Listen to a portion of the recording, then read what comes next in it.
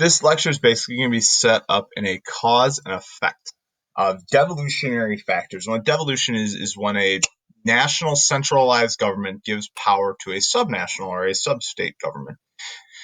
Caused by a lot of different things. Let's look at just a definitional thing first here. Let me move myself. I'll move myself over here. There we go. All right, so this is devolutionary powers in the UK. And what the UK has done is the UK government has given out different powers to Scotland, Wales, and Northern Ireland, and you can see them here. And so Scotland has its own control over fire, and so does Wales. Northern Ireland, no, they don't. So that's then run by the UK.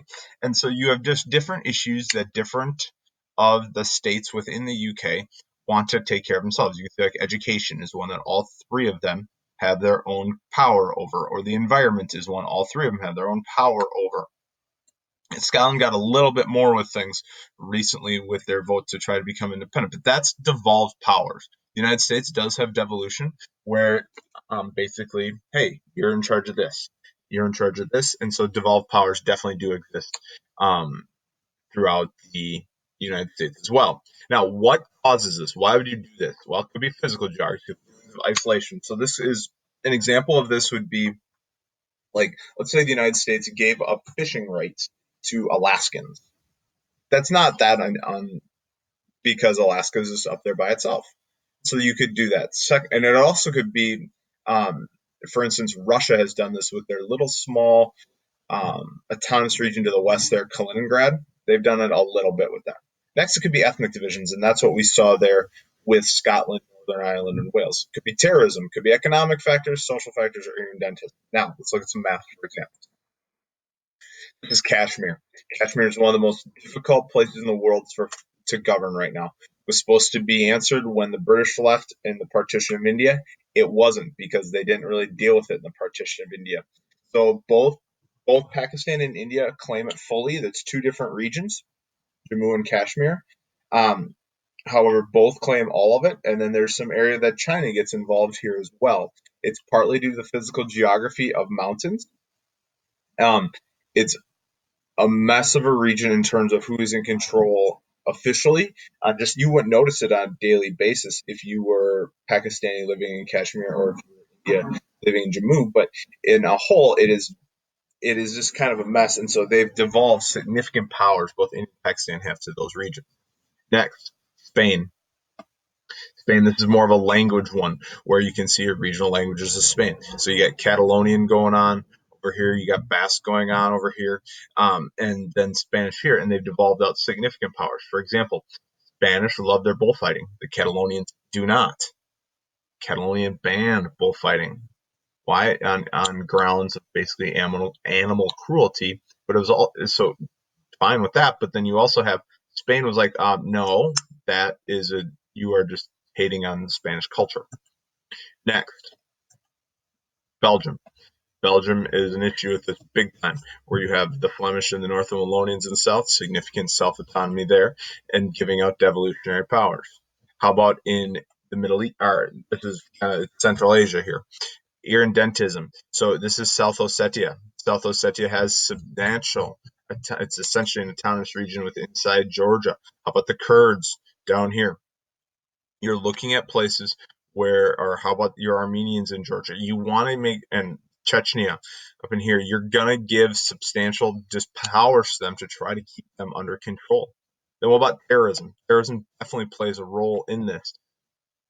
Now, it's also territoriality in this case, because this at one time, this was government-controlled, Taliban-controlled, and contested areas. So we'll think about the areas that were Taliban-controlled. They have their own control at that point, so it's territoriality, and they work to set up their own government. Is it devolution? Kind of. But it does play a role here, because let's say you hadn't been given the powers you wanted. Well, you might go create your own. And what that leads to is it can lead to terrorist activities. So terrorism incident map 2000 2003. I'm sorry, 2013. And you look at where these are, it's a lot of places where irredentism exists. It's a lot of places where you gave out significant devolutionary powers. Okay. And so it's not a complete crossover here, but you look at where there is significant separatist movements, throughout the world, and you will see some more terrorism, but that's mainly due to the fact these people see themselves as freedom fighters, and so you're fighting against the government that controls you. Okay. Now, there are obviously some examples of this is not a perfect correlation. Let me make sure that is clear. That terrorism, some people see themselves as freedom fighters, but then there are many other peaceful movements, like Quebec was for a time, where there were people trying to get free. And so if you look at significant separatist movements, and where'd it go? Where'd it go? There it is. Significant separatist movements, what you have is that all these places are trying to become free. And so you might, the central government, you might give out certain powers to these places to say, okay, can you please stay with us? But then you're going to have places like Western Sahara or Xinjiang where they want out. They want out. And in Xinjiang, China has come down so heavily on the Uyghurs, the main population of that province, and they basically are. The Chinese say they are re-educating people. They're relatively similar to concentration camps going on there. Now, so what can this cause? I'm sorry. So what are the effects of devolution? Well, first, it could be autonomous regions.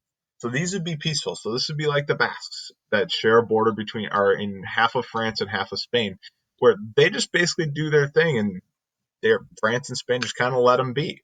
Okay, but then you also could develop problems with subnationalism, or loyalty to the sub-state as opposed to the nation. Great example of this is Yugoslavia. There's a term that you need to know. That term is Balkanization. This is the breakdown of a region down ethnic lines. It was originally used for Yugoslavia, but then since has now been used for the breakdown of anywhere down ethnic lines. So what you see here is that, excuse me, it basically broke down by language lines. So Slovenia, Croatia, Bosnia and Herzegovina, Serbia, Macedonia, Montenegro made up Yugoslavia, held together by Tito during the Cold War under a during a communist regime. Sorry, not fascist. Communist regime. They kept themselves independent of the Soviet Union and were able to play the Soviet Union and the United States off each other pretty well, so they could maintain their independence.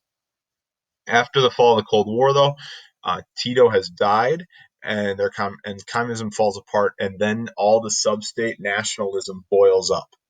All the sub-state nationalism boils up, leads to wars, leads to genocide, um, led by the Serbians during this time, and it was not. The 1990s, the Balkan Wars is what they're usually called. Okay, Balkan Wars, and so it was mainly done in Bosnia and Herzegovina, where you have the Serbs and the Croats fighting each other, and it was not good, not good at all. Eerily seems, eerily seems there will be some supplemental work with this as well in class. You can see here. Here's where you saw some of the ethnic cleansing. Now, you also have devolution in Ukraine. What this looks like, a war in the eastern part of Ukraine for a significant amount of time with the Russians, or the Ukrainians had given the Russian minority over here some substantial autonomous region powers. And then, no, we want to go and we'd love to be a part of Russia. And Russia had influence where Russia's eventually going to take over Crimea as well. So you also though had migration of Ukrainians wanting to get out of that region, and just substantial political and economic instability without their other examples. Iraq has been politically unstable since, well, really its creation. Either excuse me, Saddam Hussein holding it together and doing chemical weapons testing on his own people to keep them in line, or you have just significant outside influence. This region as a whole, tons of ethnic division. You need to have some sort of strong figure, some sort of centripetal figure, which Iran does. Then you also have significant protesting there. But Afghanistan, which is a country just with tons of ethnic divisions, so they've had to give up substantial power to local governments there. In Sri Lanka, the Sinhalese are Buddhist, and the majority of the population, they went on a war against the Tamil. It lasted a long time, and the Sinhalese won, and have basically driven the Tamil into, I would call it caste system status, but definitely a second type of citizen status. And so what you have here is evolution's really hard. Evolution's really hard because what the state is doing, and I'm going to leave this one here to Tibet to end this lecture. What the state is trying to do is keep itself together, but the state is being pulled to let local governments and local people have more and more power over themselves because they see the central government as not being reflective of the people. And especially when you have ethnic minorities or national or nation minorities within your state, Tibet, then that can cause international outrage at times or local outrage at times. And how are you going to manage that to try to keep your state functioning in that time? So the state, in many ways, is being pulled to be smaller. Wait, the state is pulled to being smaller? Yeah. And so, what do all those political borders mean? Because in reality, if you go look at any of these, let's take Scotland for instance. Scotland is thinking about it from an economic standpoint, and so are a lot of other people.